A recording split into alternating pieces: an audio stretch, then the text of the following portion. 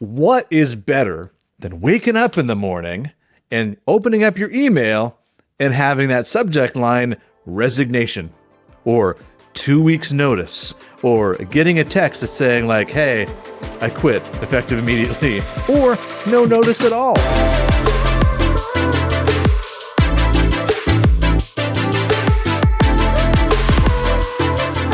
Welcome back, everybody, to the Restaurant Growth Accelerator podcast. I am your host, Andrew Scott, multi-location owner for almost 20 years. I've got Dave Doyle here as well with me. He is our client success director, and together we help restaurant owners increase their profits, increase their sales, and have more freedom with their time, which brings us to our topic today.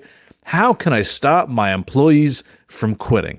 So let's dive into it, because what is better than waking up in the morning and opening up your email and having that subject line resignation or 2 weeks notice or getting a text that's saying like, hey, I quit effective immediately or no notice at all? What could be better, Dave? Of all the things we could do in the day, is there anything else that you would rather do? Absolutely not. I love those, especially when they come out of left field, out of nowhere, and you have no idea that this was coming. And I had a lot of those early in my career. And what I found later on is that it was very rare for me not to know when something was coming. And that was a huge overall culture shift down the road of my retention and respect and loyalty and all that kind of stuff. But that's where it went. It started where it would come out of the blue and then people would just quit. And then later down the road, it's like, that never happened. I always knew when people were going to be leaving, and there was a reason behind it. See, I just thought it was my beard this whole time. What? People would run? Yeah. They'd see me and be like, damn, why has he got like white hairs in his beard? I keep telling people it's because I'm, Scottish descent, but I think at this point I can finally admit that I'm not ready to admit that they're gray. Moving on.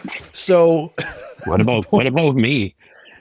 Dude, you're all gray. That's fine, and I love you for it. But let's dive into this a little bit because there's nothing more frustrating than an employee quitting, and especially a great one. Because we all know the ones that are like, "Oh, I quit," and you're like, "Don't let the door hit you on the way out." And then there's other ones where literally it just like floors you, and like I've cried when people left before, and I'm not a hugely emotional dude, but like I cry like once a year, and half the time it was over an employee leaving that I was like really dependent on, and actually for a while, I remember this one time where my assistant manager quit on me, and this, and again, notice my verbiage, quit on me, which again implies a victim mentality. But anyway, moving on, that's how I felt in the moment, because I walked into the store one day. I had one location at the time. Walked in. Her name was Catherine, by the way. And anyway, I hope she's doing well. If you ever hear this, Catherine, you were great, and I miss you. But I walked into the business and I looked on the business laptop, and there was a resignation email that had not been sent. And so now I don't know whether she forgot or whether she left that open knowing that I would check it. I don't know which it was, but she then came in like a half an hour later, and I remember our truck order had just showed up, and I remember me like being over, like kind of leaning on a stack of canned pop and just like crying, just like, anyway, we both had a lot of tears, and anyway, but so the thing was, well, the reason she left is because she was frustrated that the business was not moving and the problems weren't getting solved, which was a fair point, which I'm sure we'll get into soon. But the point is, at that level, and when that happened, I never trusted another manager it took me about 2 or 3 years before I ever opened up, before I ever let anybody in, because I was so hurt by that. I never trusted anyone. I went into my hard Andrew mode that was just trying to protect myself because I was so hurt, because I felt it was like her and we were battling the world, and all of a sudden she's just like, yep, I'm out. And it hurt, and it hurt a lot. And it was very frustrating for me. It was very sad. And I just, I had people quit, but never people that I had trusted to that level. And so part of what we want to do today is help so that either that doesn't happen, if that's you, or if that has happened, how we can help prevent that from happening as frequently as sometimes it does. So there's a few tips that I always like to start with. Before we get into that, can I ask you a question? Yeah, so because you said you couldn't trust anybody for like 2.5 years. So, yes. and you were being hard, Andrew, and whatever. what's the irony behind that? What did that do? Did that make things better? Oh, it made it worse. Right. And so It's the harder, funny absolutely. thing, yeah. And so the irony there is that you literally went into your shell and got, you know, your hard heart center was there, and all of a sudden you're being defensive and protective, which is exactly the opposite of kind of what you needed to build the culture around people. The loyalty and the trust is what you wanted. The problem with the assist with Catherine was, and she even told you what the problem was. It wasn't you. It wasn't that she didn't want to go to bat for you and with you and keep tackling the problems, but she saw that you were spinning your wheels and not getting anywhere.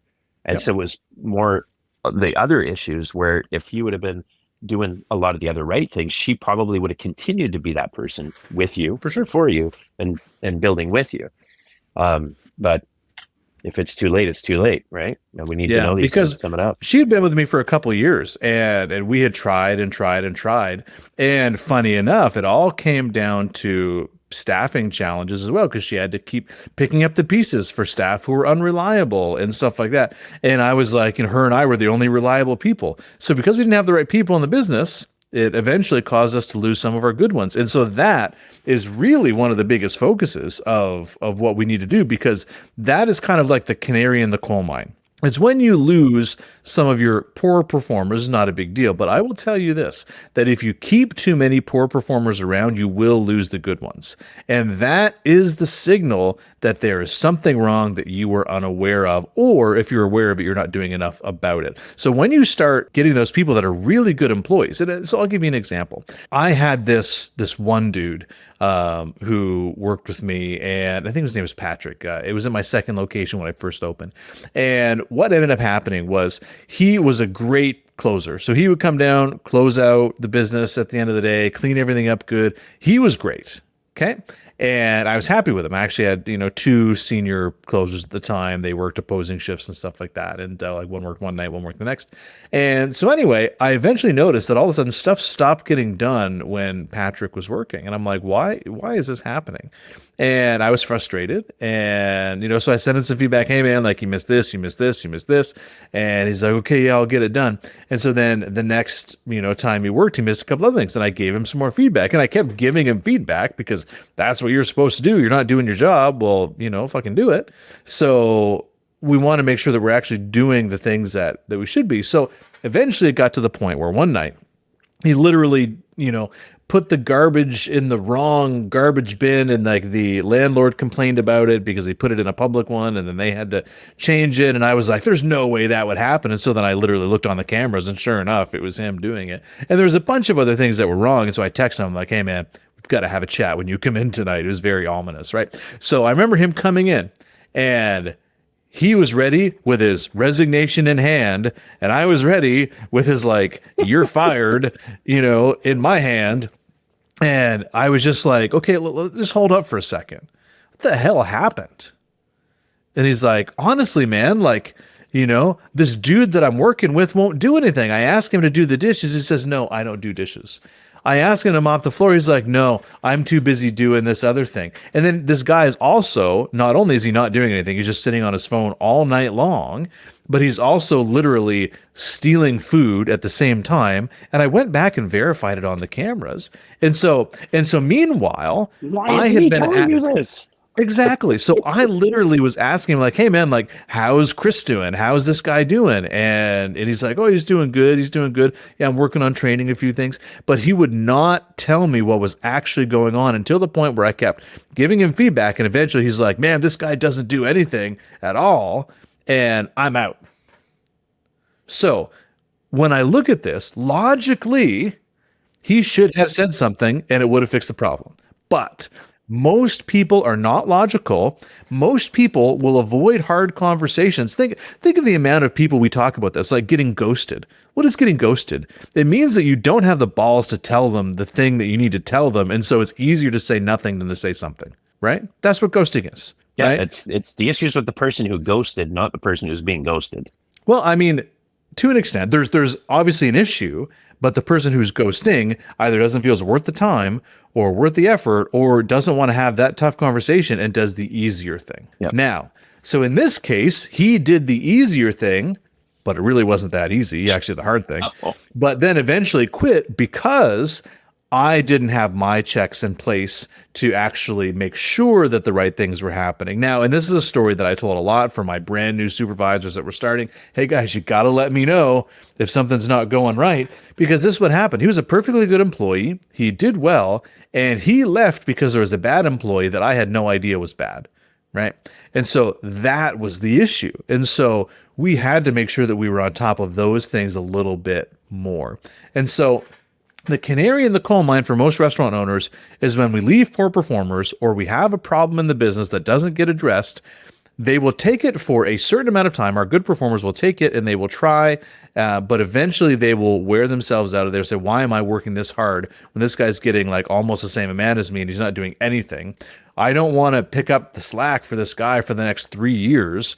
So I'm going to find a different place to work because that is the easier path. And we say, well, why didn't they tell us? We could have done something about it. The point is that you can't expect that of someone, especially of people who are typically younger and don't necessarily have the emotional maturity yet. They don't have those skills yet. And let me paraphrase this. Some people never get to that level. Yep. You could be 50 and still have the same issues, right? Age does not mean that that's naturally going to happen. It just depends. And we would like to see with age more of that come, but it's not necessarily the truth, right? So looking at that, we have to enact the steps so that we can predict these things in advance so that it doesn't happen and we can protect ourselves from it. So there's a few different things that we can do. One of which is having one-on-one meetings with our employees. Most restaurant owners that hear that just rolled their eyes. Yep. One-on-one meetings. Oh, I don't have time for that. Oh, I talk to them like when I'm showing up for shift and I ask them how their day was, or when I'm like prepping beside them. That's not a one-to-one because it is so surface level, right? And it's not an evaluation either. One-to-one is not an evaluation time, and that's a common misconception as well. It is literally, it's a meeting that you should have ideally every week, but let's be real, in restaurants, we scheduled it, I think, every other week is what we did, which ended up sometimes being once a month because, shifts change or whatever the case is. But we would have a dedicated time with the supervisor and the employee to have a conversation. Hey, on a scale of 1 to 10, how happy are you at work right now? Why would we ask that question? To get a baseline measurement and compare from one meeting to the next, to be able to predict things if something's off and you've got the record of it. Again, it's all data points. And the cool part is that, and my favorite part of all this, the one-to-one meeting part, is it's the touchy-feely relationship fun stuff that I'm all about, right? It's the relationships and checking in on people, making sure they're okay and all that. But also, it is ridiculously cold, hard data as well.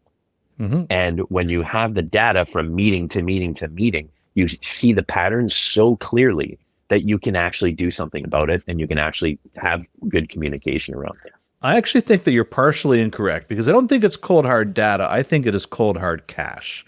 Because if you can get in there and actually find out someone's going to leave, because we know it costs $1,500 to hire, train, onboard a new employee and stuff like that. If you can get in there and prevent someone from leaving, you're saving $1,500 or more, right? And yourself a lot of stress and time. So we need to get in there. And so I asked the 1 to 10 question because most people are not going to come to you and say, hey, Andrew, there's a problem that you need to be aware of. But if we are able to ask them and say, hey, on a scale of 1 to 10, where are you? And if they answer anything less than an 8, you're like, oh man, like what's going on? Let's talk about it. We're trying to then figure out what might be the issue. And we literally have a whole question, a set of questions, which talks about, okay, well, how are things going really well right now? Okay, what could be improved about the business? We're basically just talking about them and their learning and ways that we can train them better. We also take this time to let them know about any promotions or any feedback we have for them, because there needs to be a feedback loop. Because if you have employees and you never give them feedback, they are going to assume they're doing a good job. How many times have you went to fire an employee and said, you're not doing this, you're not doing this, you're not doing this, you're not doing this, and they're like, what do you mean? I thought I was doing everything right. And you're like, no, you're not doing everything right. You're doing everything terrible. They're like, well, I didn't know. Well, if you look back, where was the feedback? They may be correct because they might not understand. If you gave them feedback, but they also didn't understand how serious it was.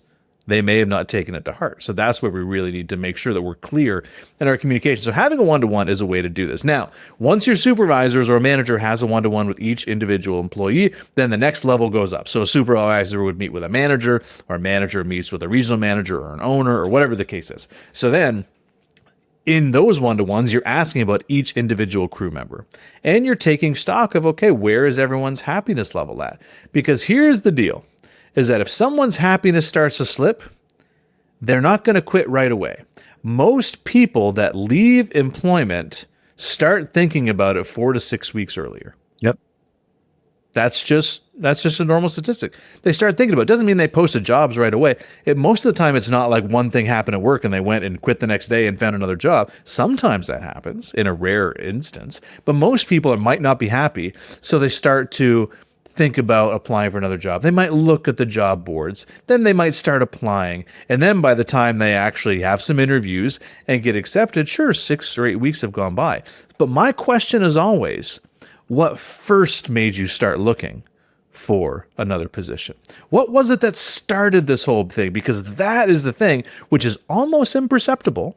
Like, it could be something as simple as all of a sudden one employee didn't like the way that another employee looked at them. I kid you not, that was the thing. And all of a sudden, this person and they didn't really get along, but they still had to have shifts together. And they didn't bring it up because, they didn't want to, cause a fuss or whatever, but then they just didn't get along. And then something else happened. Maybe they said something and they took it the wrong way because their preposition was already that this person didn't like them or whatever, right? So they just kept on going down this road, and then all of a sudden they quit because they don't want to work with that employee anymore. But by then it's too late. They've already done it. They've already got another job and they're on their way out. But if you would have had a one-to-one meeting system, you could have realized that 4 weeks prior, because by having that one-to-one meeting and that conversation with the level of 1 to 10 and all the other questions that come with it, you would have actually found that out 4 weeks earlier and probably addressed it, dealt with it. And now that person is actually not even thinking about or looking at job ads because the thing was dealt with 4 weeks prior, and the snowball effect isn't happening anymore. Yep. And so when we talk about one-on-ones, it doesn't have to be something crazy. It can be as simple as 30 minutes every couple weeks, right? But it's literally 10 minutes about them, 10 minutes for them giving stuff to you, 10 minutes for you talking to them about whether it be feedback or whatever, and then 10 minutes either looking at, housekeeping issues, or it could be 10 minutes talking about upcoming promotions or just general things. But the point is you have that regular personal communication. Yeah, it could be personal. Yeah. But the point is, it is a regular communication cadence which is set in stone. It should never be canceled by the manager. Sometimes stuff will come up on the employee's end, but it should never be canceled by the manager. You always want that to be very consistent. And the thing is, you just want to have a regular communication cadence where you're asking questions beyond, hey, how's it going? How's the kids? Or like those surface level things. Oh, hey, we need to prep up more on, tomatoes tonight. Like it has to be more than just those things. You have to be looking at the big picture. And here's the other thing too. It is counterintuitive, but by spending more time doing one-to-ones, it actually saves you time. How the hell is that possible? And it's huge. It's not even comparable. Restaurant owners, before you open more locations, stop. I've seen way too many owners go from 1 to 2 to 3 to bankruptcy. I know because I was once there myself. The difference in owning multiple locations is how you have to change, and if you don't make the shift, it'll take years to recover. I took my 3 biggest lessons and put them in a free ebook called the Multi-Unit Playbook, so you don't have to go through the same struggles that I did. Go to the link in the description below and get your free copy today. Because think of all the little texts you get. Think of all the little questions you get sometimes. Normally, what we start doing is, we've seen this with our managers, when they would have one-to-ones, people would ask them little questions. And they would literally, their first response would be, hey, is that something that's immediate right now that needs to be solved? Or is that something that could wait to our one-to-one? Most of the time, it was things that could wait to the one-to-one, right? Like, hey, I need to get some more hours, or I need to do whatever, like all those little things that take up your time. It then just moved to the one-to-one. And so it actually freed up time and space along the rest of the week, right? It just happens consistently. We've seen it almost every time. Like your HR time goes down significantly as soon as you implement this, because you're having regular meetings with people, and people will start to communicate with you more at off times if you don't have a regular meeting cadence, right? Because they know they're not going to see you, so they might as well just send it now, right? Why would they wait? So that's one thing that we talk about for retention. Now, another thing I'll get you guys to do, because if you're looking at your business and you're like, hey, retention is a problem for us, most people don't track retention. They don't track how many people they hire. They don't track how many people they let go or why. Most people don't do exit interviews, right? Most people, for restaurant owners, when somebody quits, they say, good riddance to them. They weren't cut out for this anyway. Well, they couldn't cut it if they can't handle the heat in the kitchen. Tell them or if you can't handle the heat, get out of the kitchen. Like, people say these sayings, and I'm like, well, who hired them? It was you. Who trained them? It was you. So like, you might be saying that just because here, baby. Yeah, you might want to make yourself feel a little better, but that doesn't do your business any good, right? You need to actually improve your processes. So when we're talking about that, we actually need to track why people leave. We need to track when they leave in their journey. And the best thing to do is just literally have a running tab of all the people when they start, which you should have anyway, and also when they leave, and start tracking that and say, okay, is there a particular time where we're most likely to use employees? Think of it like a marketing funnel. Marketers, what they do is they say, okay, we're driving traffic to this website.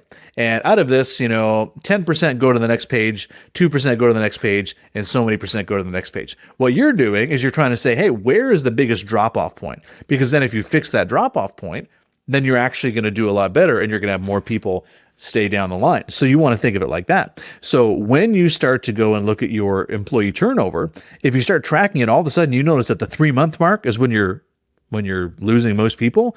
Okay, well, what do you need to start doing at around the 2-month mark to prevent that at the 3-month mark? Have you asked them why they left? Have you asked them what are the things that could be different? Have you asked them just how to make your business better? And usually when people are leaving, if you can get a meeting with them, depending on the situation of how they left, etc., they also have no reason to lie to you at that point. So they will be very honest, and that's okay. And you need to take what they're saying with a grain of salt, of course, but you can always learn something from that, right? We can always learn how we can improve. So I always started doing that. And so eventually I realized that, hey, we're starting to lose people at the 3-month mark.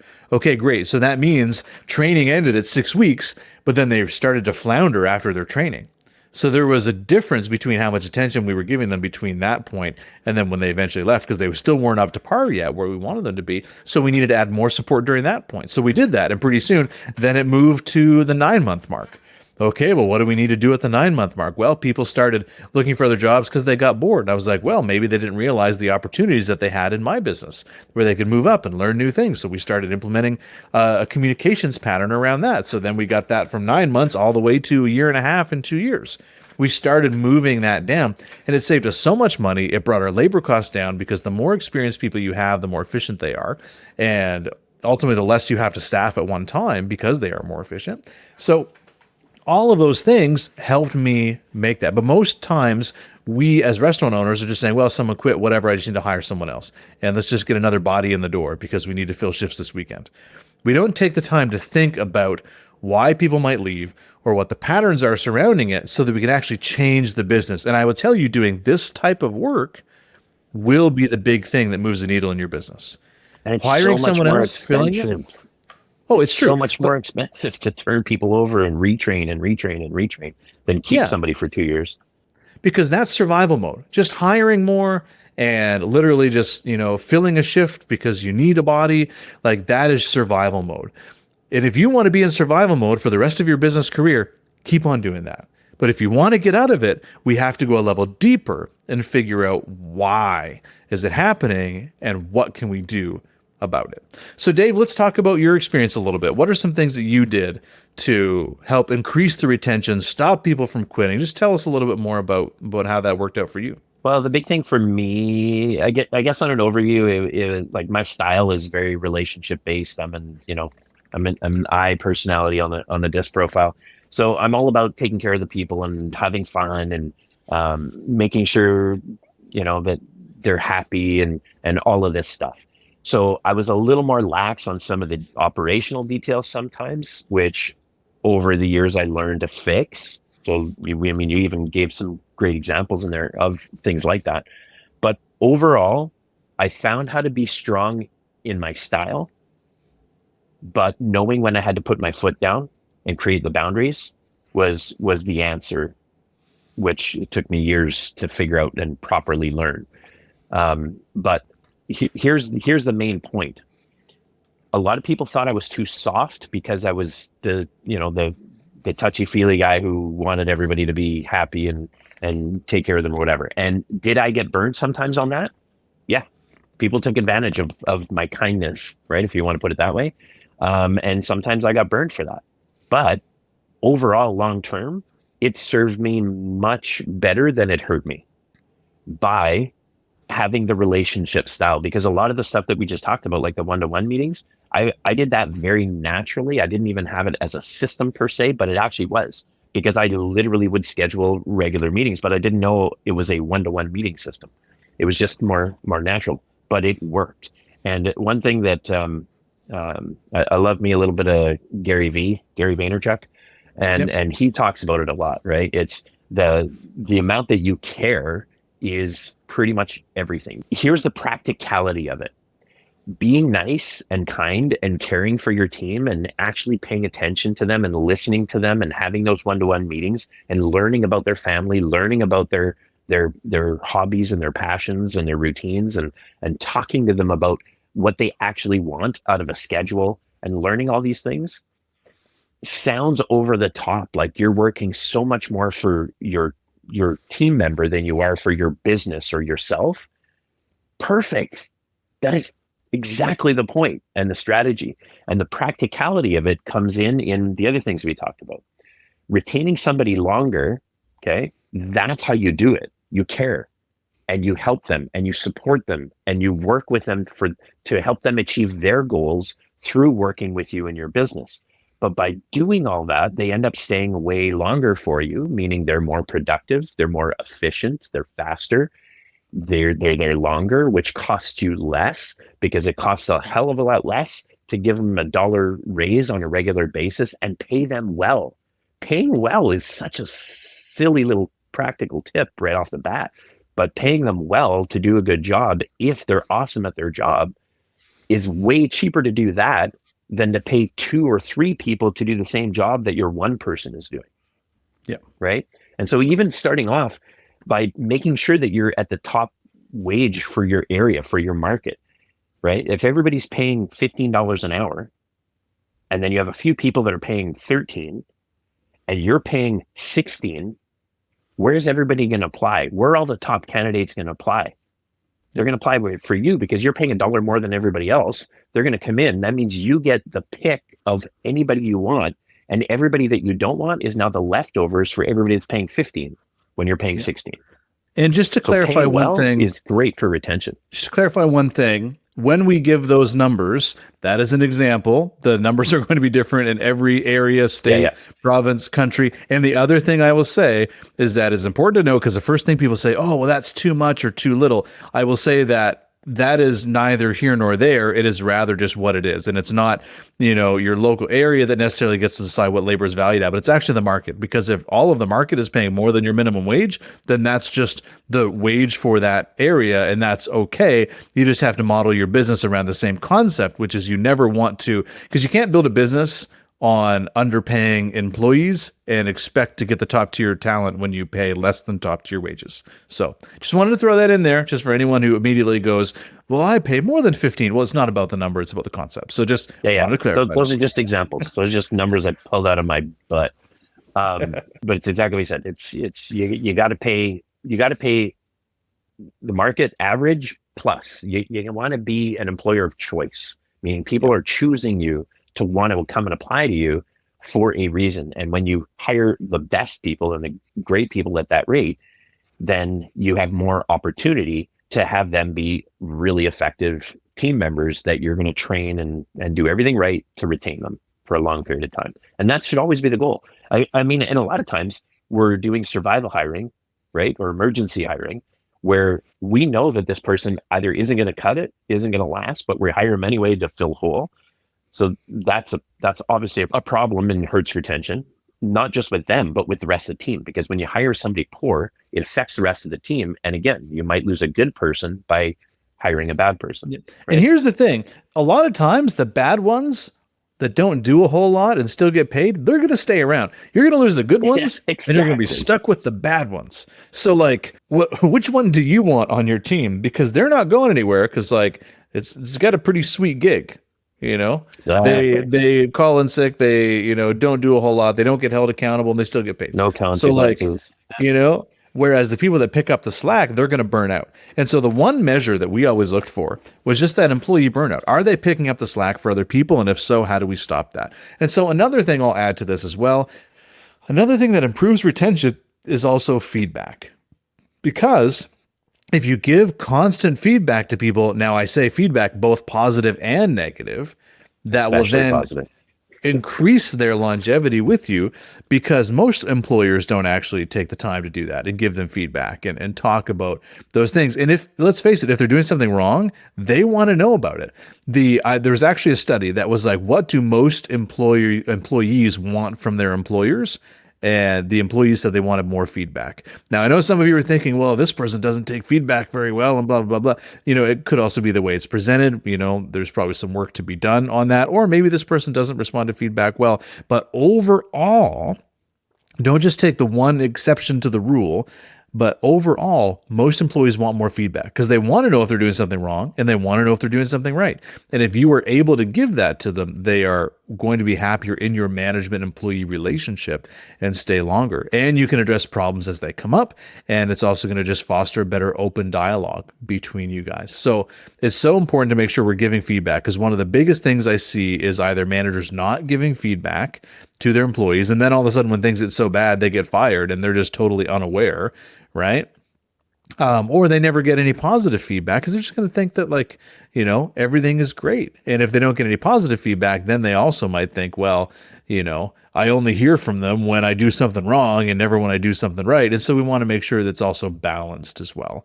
And so that's Absolutely. really, really important as well. So, and again, I say that as in the DISC profile, I'm a D, which is typically the person who does not do that. And I will fully admit I still struggle with doing that. Dave can attest to that. I still Tell struggle. me how awesome I am, Andrew. So you're awesome, Dave. So people, can look at that. It is, each of us struggle in different ways. That is one area that I struggle with because that's not necessarily what comes naturally to me, but it's important for others. So again, if you're looking to increase your retention, we actually have to embrace the human element. Not only that, we actually have to have regular communication with our people. We actually have to find the problems before they become a big problem, because often it's that canary in the coal mine, or it's that little imperceptible thing that's not a big deal that will basically fester and grow into a bigger thing if we don't do anything about it. So there's a quote that I used to say, what happens if you see a problem and you do nothing? It either gets worse or stays the same. Problems don't magically disappear on their own, right? There has to be some action element There to has that. to be action. And if inaction is also an action. I want everyone to understand that by doing nothing, you are doing something. You are just choosing. And then that's the outcome that you're going to get because you're not taking that action. So inaction is an action, whether you like it or not. So the point is, we need to get to know our people better, find where the holes in our business that might be affecting them, and solve those before it happens. And one of the biggest things is making sure that we also keep our top performers and make sure that we don't allow our bottom tier performers for our businesses to be the ones that dictate the quality and the standard, because people don't rise to the level of your expectations. They fall to the level of your accountability. And oftentimes, if we're lax on our accountability, especially with our poor performers, that's what will start to drive the best performers out of our business. And I think one of the cool points about all of that is whether your natural style is like mine, where a lot of the conversational relationship stuff comes naturally, or it's a style like Andrew's where he has to physically work on it. The answer is the same in both scenarios. It's systemization. And you systemize it by having those one-to-one meetings on a regular basis. And that's the beginning of that system. Because whether it's natural or not, it doesn't matter. If you don't do it regularly and correctly and everything else, it's not getting done. So systemize Absolutely. Awesome. Well, Dave, thank you for being on here today, and we'll see everybody on the next one. Bye-bye.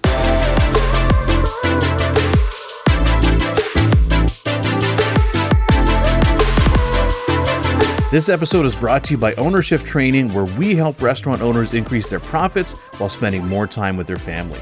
And if you want to know exactly what it would take to grow your profit margin to 15% and beyond while spending more time with your family, my team has a few spots open this week for a free 15-minute restaurant assessment call. Just click the book a call link in the description and we'll show you the exact frameworks we're using to help our clients do this in as little as 6 to 8 weeks. Thanks for listening, and we'll see you on the next episode.